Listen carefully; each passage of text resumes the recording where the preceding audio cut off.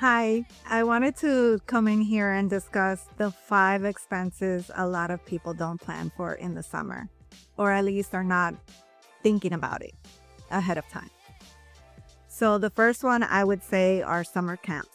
If you are planning to have your kids in some type of camp because you're still working, if you're in corporate, your kids are a little bit older that childcare or aftercare or daycare no longer works, you are probably putting your kid in a summer camp.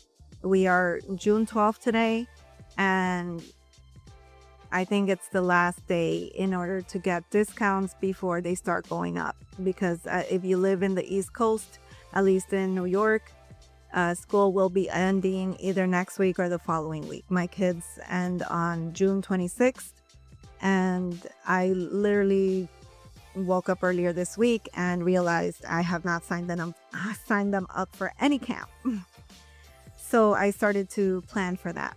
Why is it important to plan? And some people do this ahead of time. Hopefully next year I'll get ahead of it, because you have payment plans that you can sign up for if you sign up earlier.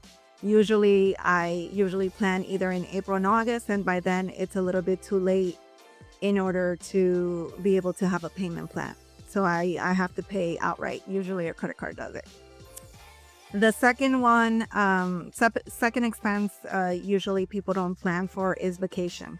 So if you haven't planned vacation ahead of time earlier in the year, probably January is when I try to at least book the main events or the main vacation. This year I didn't do it because a lot of things were changing, personal stuff. So I didn't plan earlier in the year. So I started to plan at least now, before the summer starts. And I had to actually change the location of where I wanted to go because it got to be too expensive, and the dates that I wanted to use, some points that I had were not available for the dates I wanted. So I had to pivot. So vacation is a big one. I would say try to create road trips. If you are still working a full-time job and you really don't take summers off, July 4th and maybe another week in August or a weekend in the summer, you can create small, quick trips where you can just take your car and all you really have to book is the hotel. When I was working in corporate, weekend road trips were my go-to. I love to travel, so if you know me, you know that any 4 or 5 day or 3 day weekend, I make it into a trip. I'm out of here. The third expense that usually people don't plan for is food. When kids are in school, they are being fed. You have a meal plan that you may contribute to, or they get free lunch or half lunch or whatever the case may be. But usually lunch is covered, and you may have a meal and like a nightcap, as my sister likes to say, before going to bed, where they eat but they are going to be with you. If you have no summer camp for them or they're going to be home, there's going to be more food consumption. I have 2 boys, 7 and 10, and they could eat. I mean, I love to eat as well. So they get that from me, or they call me a big bag. So food is something that if you had them in school, it's going to be more.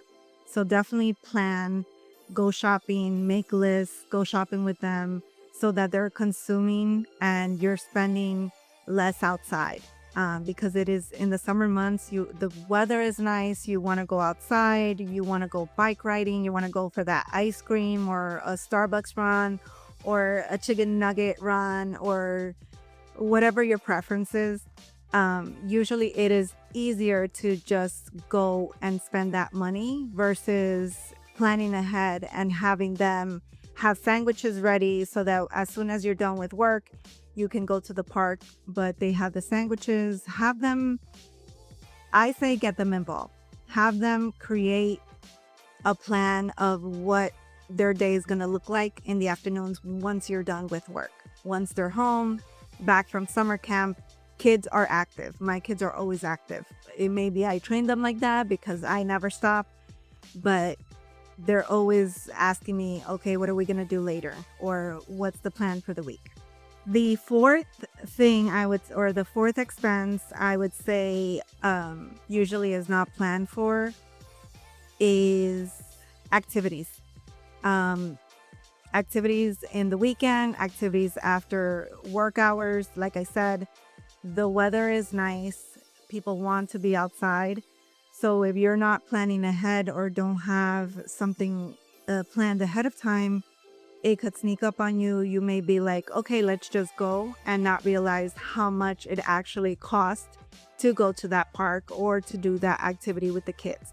So I would say that's another major expense. If you don't plan, usually it's going to sneak up on you. And the last item, we are right now in the World Cup. So family members, soccer is big in the Latin American community and in some other communities, but usually I mean, my background, I'm Hispanic, so you're probably going to have family over. You're probably going to have visitors.